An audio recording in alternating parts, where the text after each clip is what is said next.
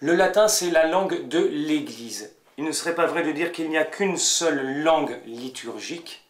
Il existe en effet différentes traditions authentiques qui remontent à l'Antiquité. Il y a différentes traditions et différentes donc langues liturgiques, mais le slavon, le byzantin, l'arabe même, qui sont des langues des liturgies chrétiennes du Proche-Orient ou des pays slaves, ce sont des langues ecclésiales, mais ce n'est pas la langue de l'Église. Il n'y a qu'une seule langue qui soit la langue employée par le Saint-Siège et qui soit la langue de la liturgie du Saint-Siège, la liturgie romaine. Et ce latin permet de bien manifester l'universalité de l'Église. L'Église, c'est la grande famille des enfants de Dieu, quelle que soit notre nationalité ou notre langue.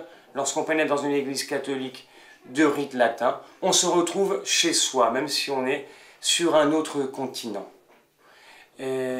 C'est un énorme dommage qui a été apporté à l'Église, l'abandon quasiment général du latin dans les années 1960. Abandon qui s'est fait d'ailleurs dans la désobéissance, puisque même le Concile Vatican II prévoyait dans ses textes que le latin resterait la langue principale dans la liturgie.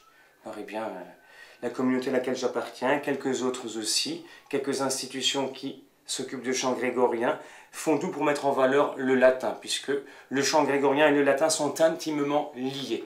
On a cherché à transcrire avec sur des paroles françaises des mélodies grégoriennes connues. Ce n'a jamais eu beaucoup de résultats, parce que le français spécialement est une langue qui n'est pas du tout bâtie sur les mêmes principes que le latin, et on doit conserver cette langue latine. Et c'est possible.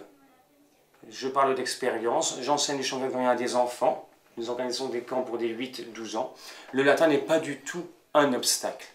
Les enfants peuvent s'y mettre très facilement et ils sont très heureux lorsqu'on leur dit qu'en chantant ainsi, ils sont en quelque sorte les porte-paroles de l'Église. Ils reprennent par eux-mêmes la grande voix de l'Église, les paroles inspirées, et ça apporte une qualité supplémentaire au chant et à la prière personnelle. Deo